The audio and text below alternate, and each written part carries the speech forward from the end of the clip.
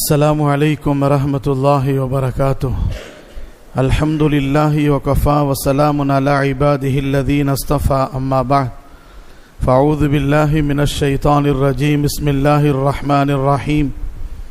يا أيها الذين آمنوا اتقوا الله وكونوا مع الصادقين.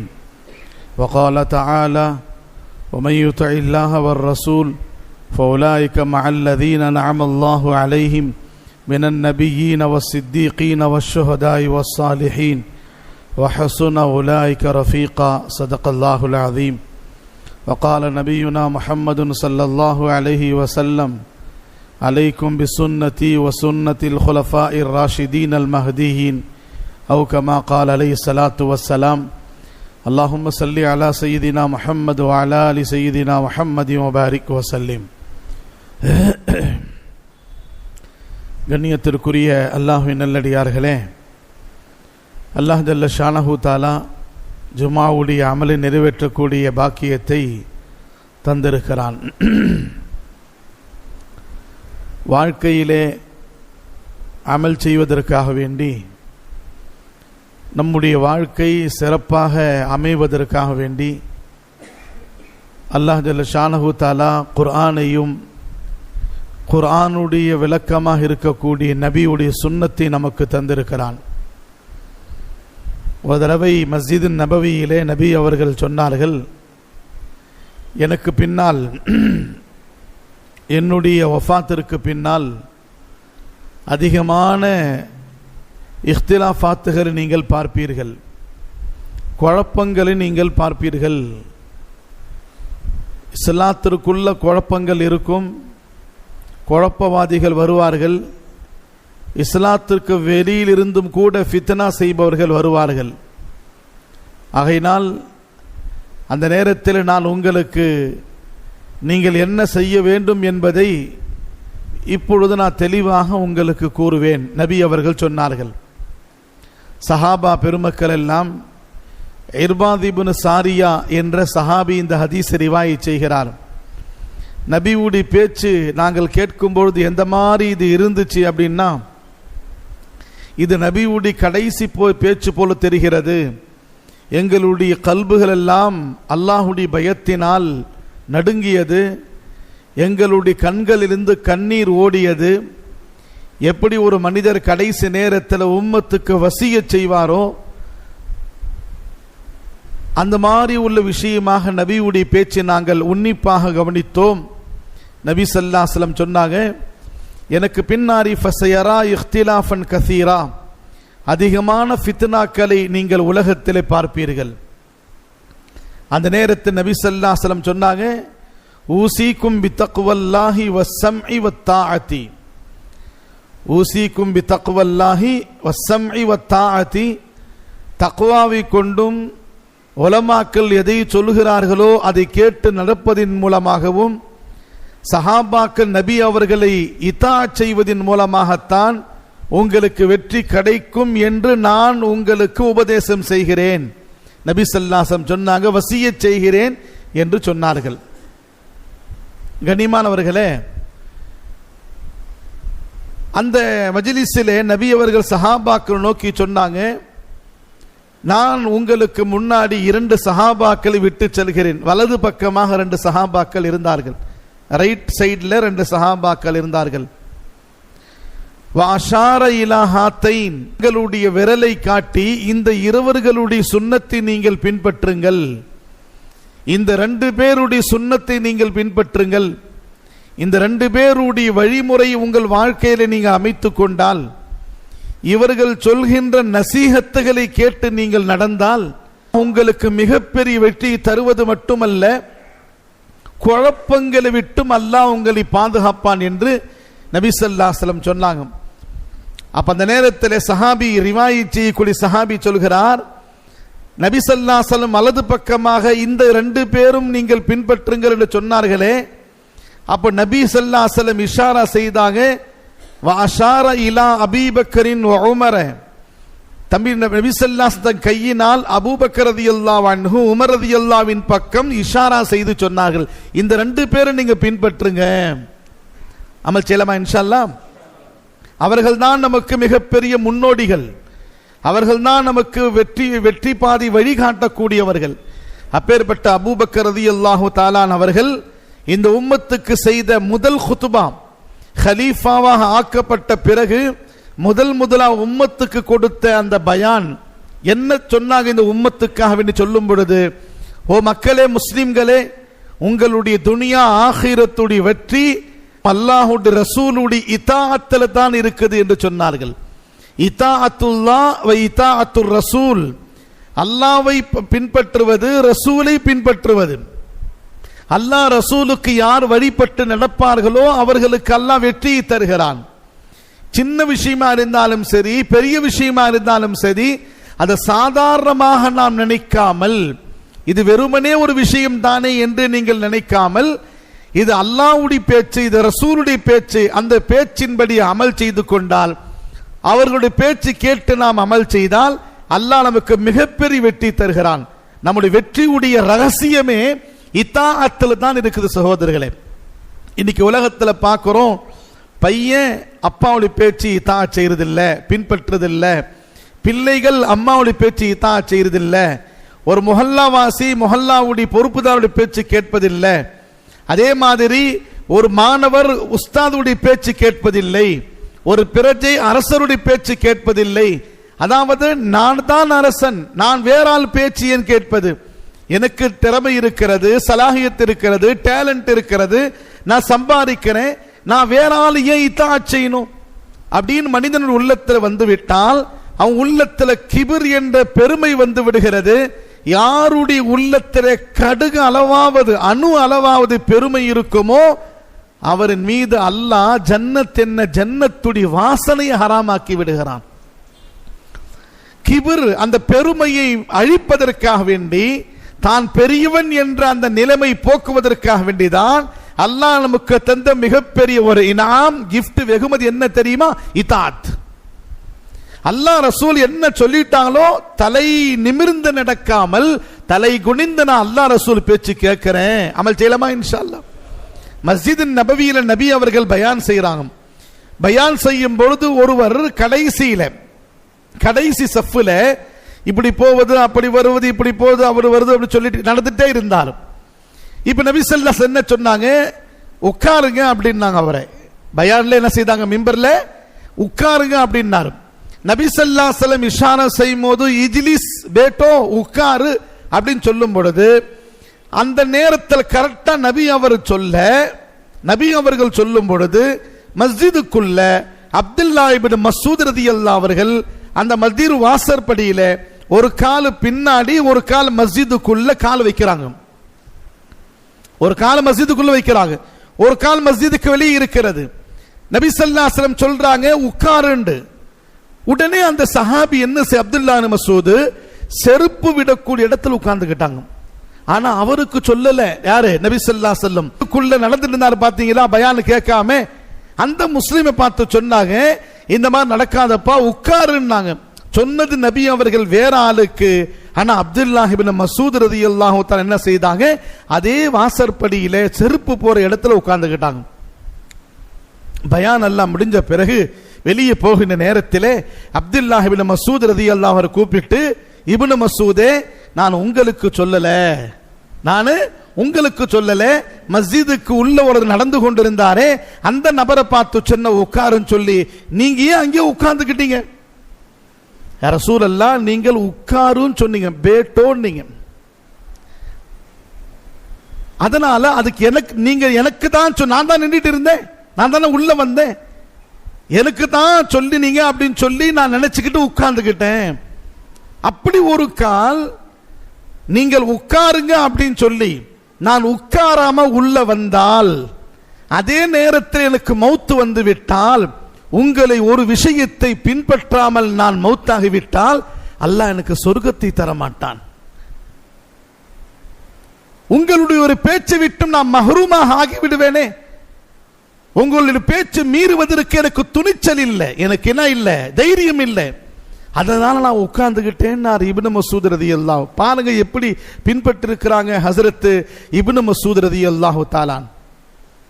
ஒரு நாட்டுடைய போர், அந்த போர் நேரத்திலே கடுமையான முறையில் போர் நடக்கிறது. முஸ்லிம்களுக்கு வெற்றி கிடைக்க சஅத் இப்னு அபி வக்காஸுடைய சஹாபியுடைய தலைமையிலே சூரியன் மறைவதற்கு இன்னும் சில நிமிடங்கள் இருக்கிறது. ஷரியத்துடைய சட்டம் என்ன தெரியுமா? நபி என்ன சொல்லியிருக்கிறாங்க? அந்த காலத்திலிருந்து சூரியன் மறைந்தால் போர் நிப்பாட்டினும், சூரியன் மறைந்த உடனே போர் நிப்பாட்டினும், சூரியன் உதயமானால் ஜங்கு போர் ஆரம்பிக்கலாம். இப்போ இந்த கடைசி நேரம், அந்த சில நிமிடங்களில் நாம் போர் செய்தால் நமக்கு வெற்றி கிடைச்சிடும். ஒரு 5 நிமிஷம், சூரியன் மறைந்து 5 நிமிஷம் தொடர்ந்து என்ன செய்தால் போர் செய்தால் வெற்றி கிடைத்து விடும் என்ற ஆசையிலே சஹாபாக்கள் எல்லாம் துணிந்து அந்த சூரியன் மறைந்து பிறகும் கூட போர் செய்வதற்கு தயாரானாங்க. இப்ப அந்த மஜ்லிஸ்ல ஒரு சஹாபி இருக்கிறார். வெற்றி முழுவதுமாக நமக்கு கிடைக்க இருக்கிறது. நமக்கு தோல்வி ஏற்படுதோ வெற்றி ஏற்படுதோ, சமீஅத்து ரசூலுல்லாஹி ஸல்லல்லாஹு அலைஹி வஸல்லம் யகூல், நபி அவர்கள் சொன்னதாக நான் கேட்டிருக்கிறேன்.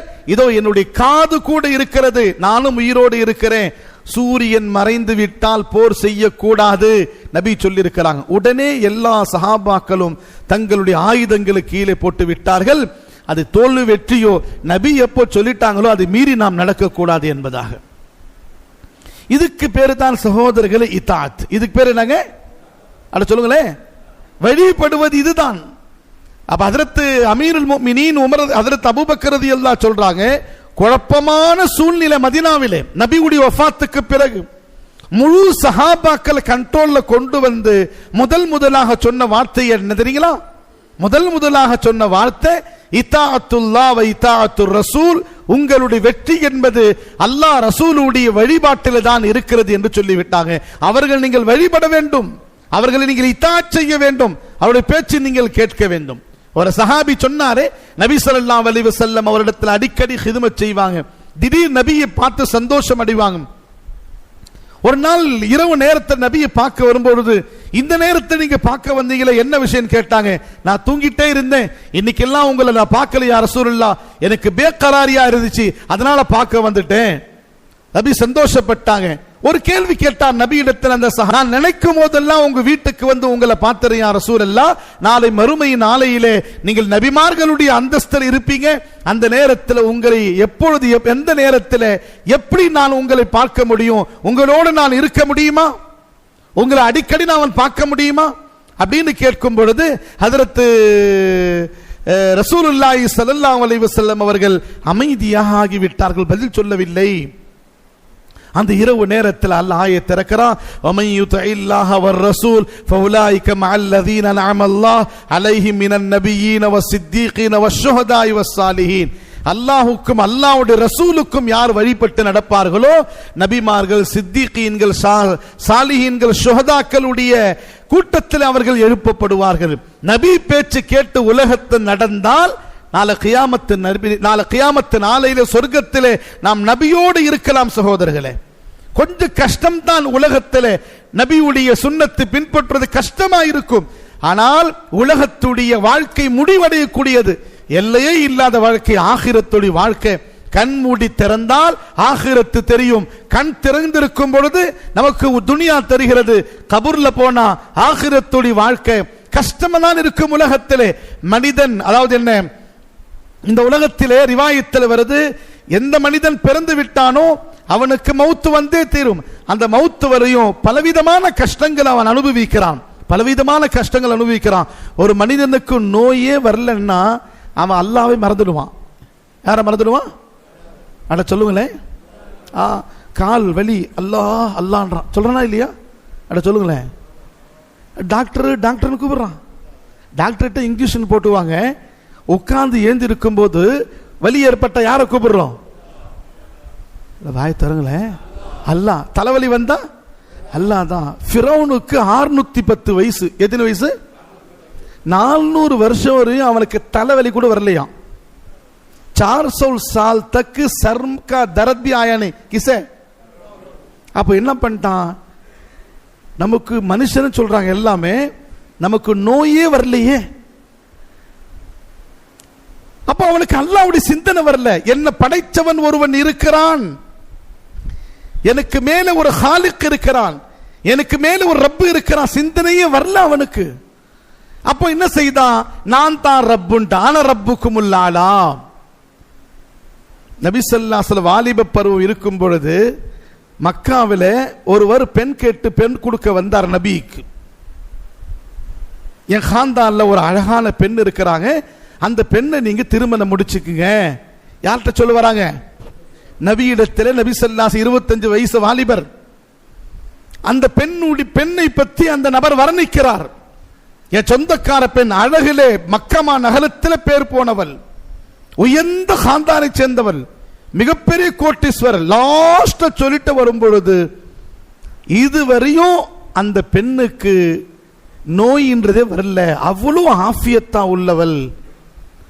அப்ப நபி ஸல்லல்லாஹு சொன்னாங்க, இவ்வளவு நேரம் சொல்லிட்டு இந்த பாக்குறேன், லாஸ்ட் நோயே வரலன்னு சொன்ன பாத்தியா, அந்த மாதிரி பெண்ணை எனக்கு வேணான்ட்டாங்க. யாரு? அந்த மாதிரி பெண்ணை எனக்கு வேணாம். மனுஷனுக்கு நோய் வரும் பொழுது அல்லாஹ்வை ஞாபகம் செய்கிறான், அல்லாஹ்விடத்தில் ருஜு ஆகிறான், அல்லாஹ்விடத்தில் துஆ பெறான். அல்லாஹும்ம இன்னி அஸ்அலுக்கல் அஃவ வல் ஆஃபியா வல் முஆஃபாத தாயிமா. அல்லாஹும்ம இன்னி அஸ்அலுக்கல் அஃவ வல் ஆஃபியா வ நஸ்அலுக தமாமல் ஆஃபியா வ நஸ்அலுக தவாமல் ஆஃபியா வ நஸ்அலுக ஷுக்ரனல் ஆஃபியா. அல்லாஹ் எனக்கு பரிபூர்ணமான ஆஃபியத்தை கொடு, தவாமான ஆஃபியத்தை கொடு, அந்த ஆஃபியத்துக்கு நன்றி செலுத்தக்கூடியவனா ஆகு. ஆஃபியத்தை ஏன் சொல்லி கொடுத்தாங்க நபி? மனிதன் உலகத்தில் வாழும் பொழுது நோய் வரும், பீமாரிகள் வரும், அது கொஞ்ச காலம்தான். மனிதன் ஒரு முஃமினுக்கு நோய் வருதுன்னா அல்லாஹ் அந்தந்த நேரத்தில் பாவத்தை கழித்து விடுகிறான், குனாவை அல்லாஹ் அழித்து விடுகிறான். அந்த நோய் வருகின்ற நேரத்தில் உலகத்தில் எல்லா ஈமான்தாரிகளும் அல்லாஹ்வை கூப்பிடுகிறார்கள். கூப்பிடுறாங்களா இல்லையா? அல்லாஹ்வை zikr செய்யறாங்க, அல்லாஹ்விடத்தில் துஆ செய்யறாங்க. ட்ரீட்மெண்ட் ஒரு பக்கம் இருந்தாலும் முழுக்க முழுக்க அல்லாஹ்விடத்தில் துஆ செய்யும் பொழுதுதான் அல்லாஹ் அந்த மனிதனுக்கு ஆஃபியத்தை தருகிறான். எனவே சகோதர பெரியார்களே, ரசூலுல்லாஹி ஸல்லல்லாஹு அலைஹி வஸல்லம் சொல்றாங்க, இந்த உலகத்துடைய வாழ்க்கை மனிதன் தந்திருக்கிறான். அந்த வாழ்க்கை ஒரு குறுகிய வாழ்க்கை, எல்லை உள்ள வாழ்க்கை. இது எல்லையே இல்லாத வாழ்க்கை ஆகிரத்துடைய வாழ்க்கை. அதனால உலகத்தில் வாழும் கஷ்டங்கள் வரலாம், அல்லாஹ்வுக்காக வேண்டி பொறுத்து கொண்டு நபியுடைய சுன்னத்தையும் அல்லாஹ்வுடைய இத்தாஅத்தையும் நாம் பின்பற்றுகின்ற நேரத்தில் நம்ம வெற்றி அருமையான முறையில் கிடைக்கும் என்று மிம்பர்ல நின்று கொண்டு ஹுதுபாவை ஹஜ்ரத் அபூபக்கர் ரலியல்லாஹு அன்ஹு அவர்கள் முதலாக ஹிலாஃபத்துடைய ஹுதுபாவிலே முதல் வார்த்தை இத்தாஅத் செய்யுங்கள் என்று சொன்னார்கள். இரண்டாவதாக அபூபக்கர் ரலியல்லாஹு அவர்கள் நஸீஹத் செய்றாங்க, ஓ மக்களே, நீங்கள் எங்க போனாலும் நீதமாக நடங்கள், அதுல இன்சாஃபோடு இருங்கள். ஏன்னா அந்த மஜ்லிஸிலே பல நாடுகளுக்கு அனுப்பப்படக்கூடிய கவர்னர்கள் இருந்தார்கள், பெரும் பெரும் சஹாபாக்கள் இருந்தாங்க. யமன் நாட்டிற்கு, முல்கே ஷாமிற்கு, பஹ்ரைனுக்கு, எகிப்துக்கு போகக்கூடிய சஹாபாக்கள் இருந்தாங்க. நீங்கள் எங்க போய் ஆட்சி செய்றீங்களோ, எந்த இலாக்காவுடைய பொறுப்புதாரியா இருக்கிறீங்களோ, எந்த ஊருடைய பொறுப்புதாரியா இருக்கிறீங்களோ, நாம் நம்ம வீட்டுடைய பொறுப்புதாரி, நம்ம மனைவி மக்களுக்கு மத்தியிலே, நம்ம சகோதர சகோதரிகளுக்கு மத்தியிலே, நம்ம குடும்பத்துக்கு மத்தியிலே ஆட்சி செய்கிற நேரத்தில் ஊரிலே நீதமாக இன்சாஃபாக நடங்கள். அல்லாஹ் ஜல்ல ஷானஹு தஆலா இன்சாஃபை தான் பிரியப்படுகிறான். ஒரு ஆடு இன்னொரு ஆடு குடுத்துச்சு, ஒரு ஆடு ரெண்டு ஆடு வந்து சண்டை போடுது உலகத்துல. ரெண்டு ஆடு சண்டை போட்டு ஒரு ஆடு இன்னொரு ஆடு கொடுத்தும் போது அதனுடைய கொம்பு அது வயிற்றுல குத்தி இறந்து விட்டால் அந்த ஆட்டை கியாமத்தில் எழுப்பி குத்தப்பட்ட ஆட்டிடத்தில் சொல்வான், நீ இப்பொழுது இந்த ஆட்டை குத்து என்று சொல்வான். அந்த அளவுக்கு இன்சான் அஃபன் யாரு? அல்லாஹ். நாளை கியாமத்து நாளையிலே அல்லாஹ்வுடைய தராஸ் என்பது யாருக்காக வேண்டியும், யாருடைய தப்தபாவுக்காக வேண்டும், யாருடைய பணத்தை பார்த்தா கூட அல்லாஹ்வுடைய தராசு கீழே குனியாது. அங்க நல்ல அமளி வைத்துதான் அந்த தராசு வந்து கணத்தில் வரும் என்று ரசூலுல்லாஹி ஸல்லல்லாஹு அலைஹி வஸல்லம் சொன்னாங்க. நபியுடைய தர்பாரிலே யார் எப்படி வந்தாலும் சரி அவர்களுக்கு ஒரே மாதிரியான தீர்ப்பு தான், அவர்களுக்கு கொடுக்கப்படக்கூடிய இன்சாஃப். அல்லாஹ் குர்ஆன் ஷரீஃப்ல சொல்றான், இன்னல்லாஹ யஅமுரு பில் அத்லி வல் இஹ்சான். அல்லாஹ் உங்களுக்கு அத்லை கொண்டு இன்சாஃபை கொண்டு ஏவுகிறான்.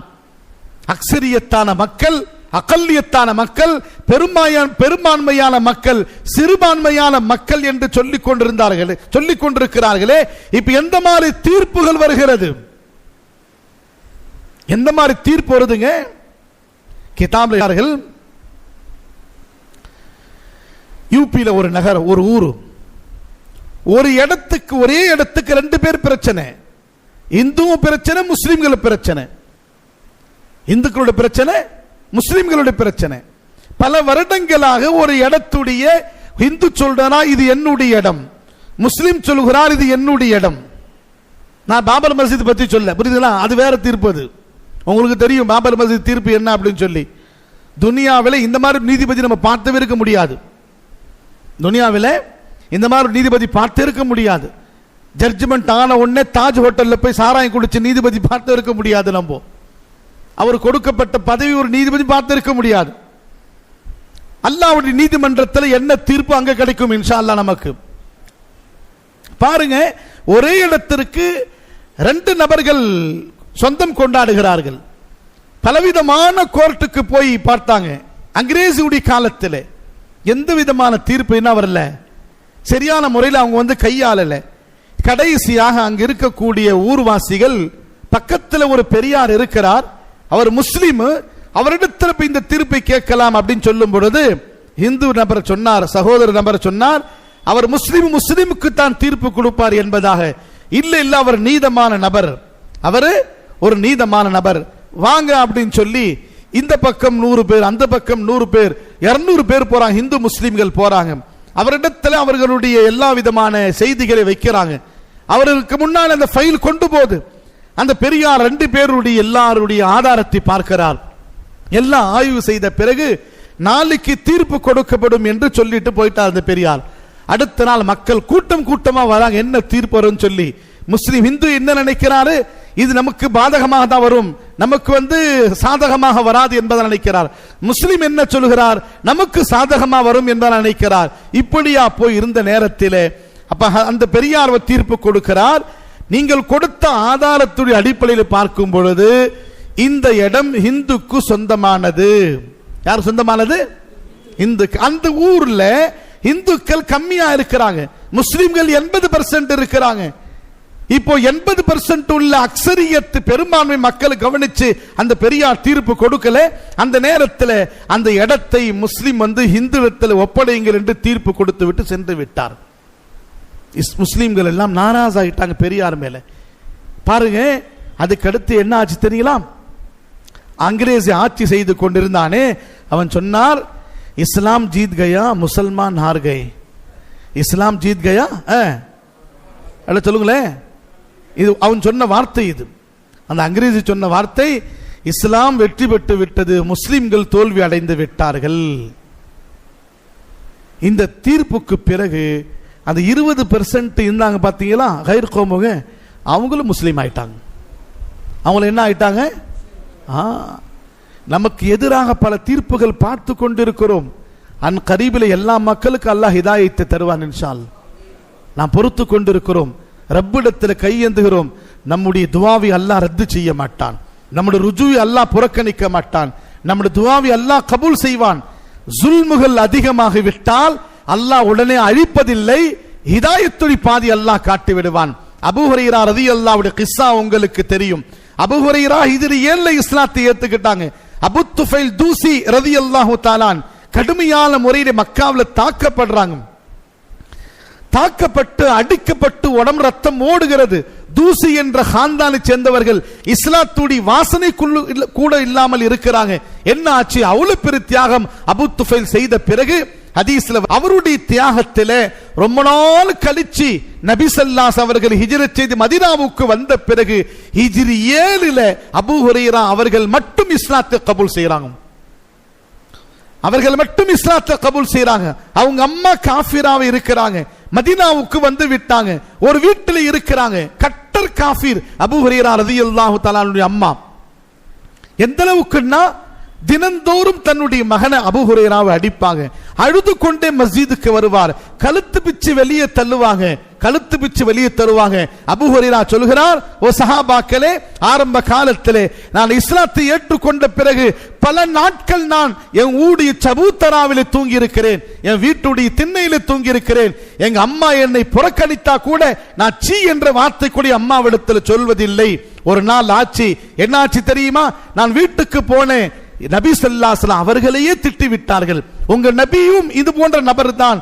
நபி முஹம்மது ஸல்லல்லாஹு அலைஹி வஸல்லம் அவர்களை கூட அவர் திட்டிவிட்டார். ரொம்ப ஏழ்மையில இருக்கக்கூடியவர், உடுத்துவதற்கு கூட ஆடை இல்லாதவர், சாப்பிடுவதற்கு கூட உணவு இல்லாதவர் அபூ ஹுரைரா ரலியல்லாஹு தஆலா அன்ஹு வீட்டு நேரத்தில் இந்த மாதிரி வருமே, உணவு கூட அடுப்பு ஏரியில அவங்க அம்மா கழுத்து பிச்சு தழுவது மட்டுமல்ல, நபியை திட்டிவிட்டார்கள்.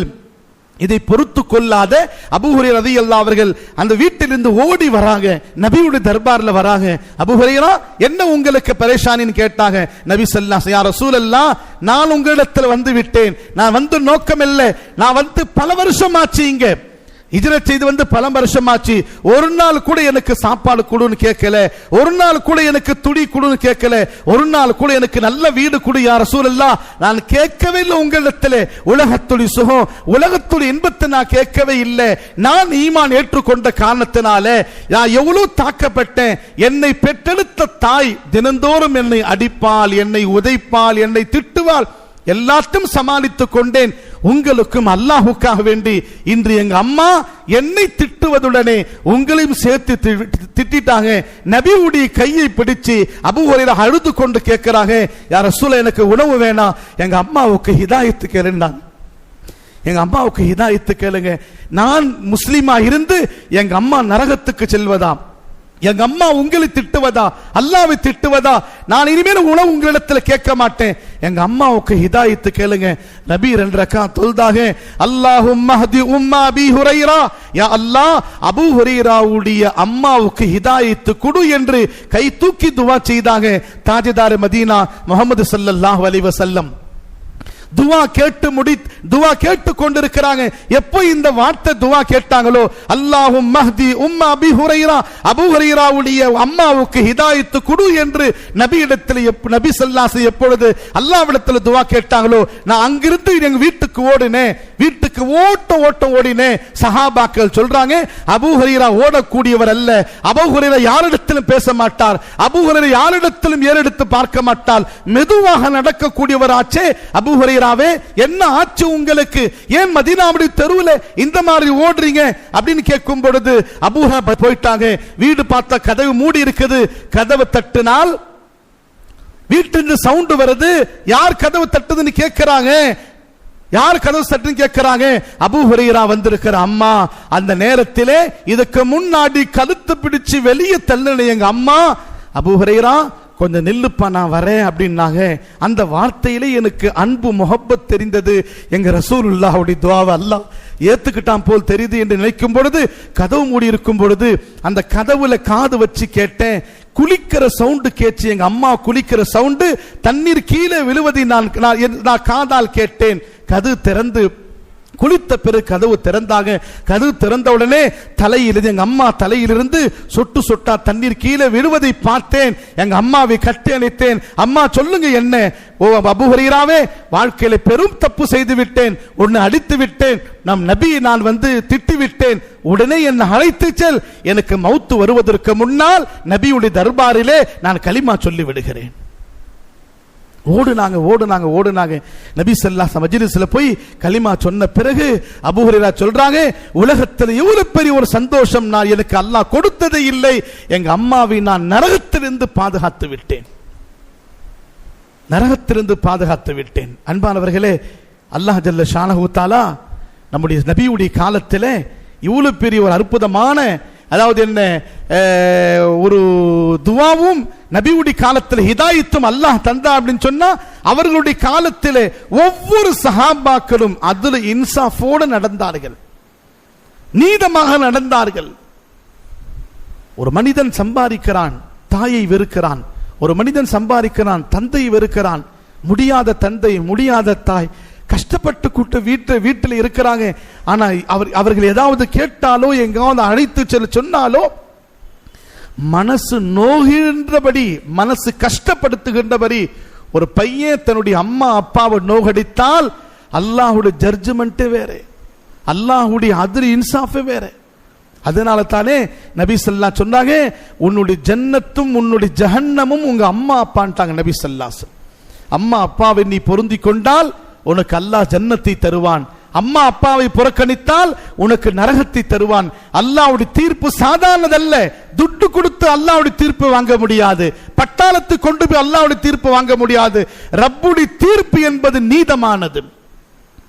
அதனால தானே ஹஜ்ரத் அபூ ஹுரைரா ஹஜ்ரத் அபூபக்கர் சித்திக் ரலியல்லாஹு அன்ஹு என்ன செய்தாங்க? ஓ மக்களே, வாழ்க்கையில எங்க இருந்தாலும் சரி இன்சாஃபாக நீதமாக நடங்கள் என்று சொன்னார்கள். இருக்கலாமா இன்ஷா அல்லாஹ். மூணாவதாக அபூ ஹுரைரா ரலியல்லாஹு தஆலா அன்ஹு சொல்றாங்க, அது அபூபக்கர் ரலியல்லாஹு தஆலா அன்ஹு சொல்றாங்க. மூணாவதாக சஹாபா பெருமக்கள் முஸ்லிம்களுக்கு மத்தியில் சொல்றாங்க, ஓ மக்களே, அருவருப்பான ஃபாஹிஷான அசிங்கமான செயல்களை விட்டும் தூரமாகி விடுங்கள். எதுவெல்லாம் நமக்கு அருவருப்பா இருக்கிறதோ, சுருக்கமாக சொன்னால் பாவமான காரியத்தை விட்டும் தவிந்து கொள்ளுங்கள். பாவத்தின் பக்கம் நெருங்காதீர்கள். அது சின்ன பாவமாக இருக்கட்டும், பெரு பாவமாக இருக்கட்டும். பாவம் மனிதன் செய்ய செய்ய செய்ய உள்ளம் கருப்பாக ஆகிவிடுகிறது. நல்ல அமல்களுடைய ஜஸ்பாவை அல்லாஹ் எடுத்து விடுகிறான். வலா தக்ரபு ஸினா, ஜினாவின் பக்கம் நெருங்காதே, ஜினாவுடைய அஸ்பாபின் பக்கம் கிட்ட போகாதே, ஹராமான காரியத்தை நெருங்காதே, அது கிட்ட கூட நீங்கள் செல்லாதீர்கள். அல்லாஹ் ஜல்ல ஷானத்துல் உங்களை பாதுகாப்பான். அதனால தானே ஹஜ்ரத் ரசூல் ஸல்லல்லாஹு அலைஹி வஸல்லம் சொன்னாங்க, அஃஸலுல் இபாதத்தி தர்க்குல் மஆசி. இபாதத்தில் மிக சிறந்த இபாதத் எது தெரியுமா? பாவத்தை விடுவதுதான். நம்மள்ட்ட ஃபர்ஸான தொழுகை கண்டிப்பா தொழணும். நஃபீலான தொழுகை அதிகமான இல்லாவிட்டாலும் பாவத்தை விட்டும் தவிந்திருந்தாலே மிகப்பெரிய இபாதத். பாவம் விடுவது ஒரு இபாதத். நபி ஸல்லல்லாஹு அலைஹி வஸல்லம் இடத்துல ஒரு சஹாபி கேட்டாங்க, யா ரசூலல்லாஹ், முஃமின் உடைய அடையாளம் என்ன? இப்ப நான் முசல்மான், நான் முஃமின் என்பதற்கு நான் எப்படி தெரிந்து கொள்வது? My Musalman high Karukku my கைசா பஹச்சான் Lena, நான் எப்படி தெரிந்து கொள்வது? ஒரு சஹாபி நபியிடத்தில் கேட்டார். நபி ஸல்லல்லாஹு சொன்னாங்க, இதா சர்ரத்துக ஹஸனத்துக, ஒரு நல்ல அமல் செய்தால் உங்க உள்ளம் சந்தோஷம் அடைதால் பாரு. சந்தோஷம் அடைதுன்னா நீ முஃமின். வஸாஅத்துக ஸய்யிஅத்துக, ஒரு தவறு செய்துட்ட, ஒரு பாவம் செய்துட்ட உடனே உங்களுடைய உள்ளம், நம்முடைய உள்ளம் பயப்படுகிறது, சஞ்சலம் அடையுது, நதாமத் ஏற்படுது. அல்லாஹ் இந்த பாவம் செய்துட்டேனே, என் பாவத்தை மன்னிச்சது என்ற ஒரு எண்ணம் உள்ளத்துல வந்தால் ஃபஅன்த முஃமின், நீ முஃமின் என்று நபி ஸல்லல்லாஹு அலைஹி வஸல்லம் சொல்றாங்க. நல்ல அமல் செய்தால் உள்ளம் சந்தோஷம் அடைவது, நம்ம அறியாமல் தவறு செய்து விட்டால் உள்ளம் சங்கடம் அடைந்தாலே நீ முஃமின், உன் உள்ளத்தில் வாழ்க்கையில ஈமான் இருக்குது என்பதற்கு அடையாளம் என்று ரசூலுல்லாஹி ஸல்லல்லாஹு அலைஹி வஸல்லம் சொன்னாங்க. பாவத்தை வெல்லமா இன்ஷா அல்லாஹ் சொல்லுங்களேன். ஆமா, ஒரு பக்கம் பாவம் செய்துட்டே இருக்கிறான் மனுஷன், நல்ல அமல் செய்துட்டே இருக்கிறான். இந்த பாவம் நல்ல அமலை அழிச்சிட்டு போயிடும். நான் பயான்ல அடிக்கடி நான் சொல்வதுண்டு. இப்போ இந்த காலம் வருது, என்ன காலம் வருது? வெயில் காலம் வருது. வெயில் காலம் எல்லாம் ஏசிக்கு ஓடுறாங்களா இல்லையா? வீட்டில் மட்டும் ஏசி இல்லை, எந்த மஸ்ஜிதில் ஏசி இருக்குது அந்த மஸ்ஜிதில் தராவி ஃபுல்லு. எங்க மஸ்ஜித் தொழுதுனாக்கா உங்களுக்கு உடம்புல ஃபால்ஸ் ஓடும். குர்பானி ஹைர். இப்போ ஏசி வாங்கிறது கடைக்கு போனா ஒருத்தன் வாங்க இருந்தான் ஏசி. எலக்ட்ரிஷியன் அனுப்புறப்பா, உன் வீட்டில் நீ போட்டுக்கும். நானும் எலக்ட்ரிஷியன் தான் போன்னு சொல்லி போயிட்டான். எலக்ட்ரிஷியன் இல்லை, அவனை மாட்டிக்கிறான்னு பார்த்தான். ஏன் அவனுக்கு 1000 ரூபாய் கொடுக்கணும்னு போட்டான். 1.5 டன் ஏசி. பெரியார் கிதாபில் எழுதுறாங்க. சரி, போட்ட உடனே எவ்வளவு நேரத்தில் கூலிங்? 10 நிமிஷத்தில் கூலிங் ஆகிடும் ஒரு ரூம். போட்டான். 10 நிமிஷம் ஆச்சு, 20 நிமிஷம் ஆச்சு, 1 மணி நேரம் ஆச்சு, 1.5 மணி நேரம் ஆச்சு, கூலிங்கே ஆகல ரூம். ஃபோனில் ரஃப் அண்ட் டஃபாக அடிக்கிறான் கம்பெனிக்காரனை. என்னையா ஏசி கொடுத்தேன்னு இந்த மாதிரி ஆயிடுச்சு அந்த மாதிரி ஆயிடுச்சுன்னு சொல்லி கொஞ்சம் எரிப்பா, நான் அனுப்புகிறேன் பாயின்னு சொல்லி எலக்ட்ரிஷியன் அனுப்பினான்.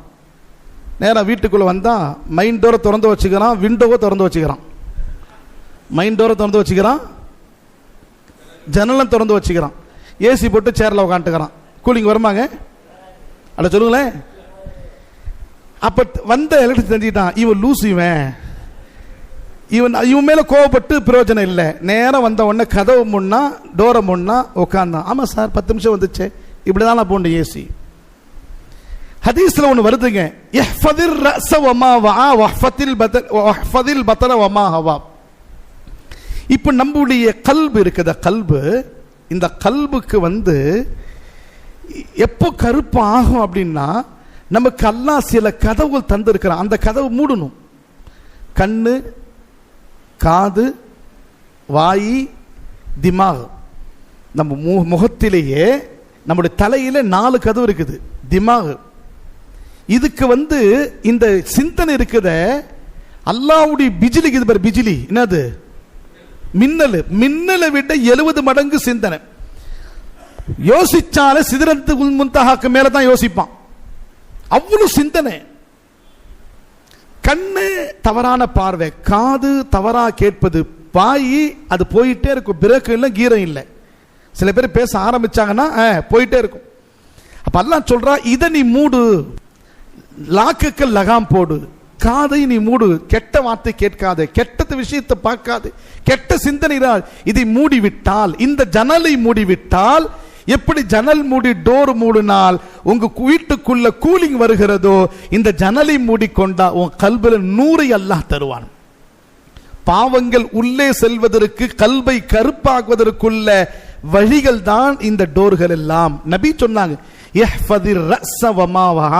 இந்த தலை சுற்றி உள்ள உறுப்புகளை நீங்கள் பாதுகாத்துக் கொள்ளுங்கள், வயிறு சுற்றி உள்ள உறுப்புகளை பாதுகாத்துக் கொள்ளுங்கள், அல்லாஹ் உங்களுக்கு சொர்க்கத்தை தருவான் சொன்னாங்க.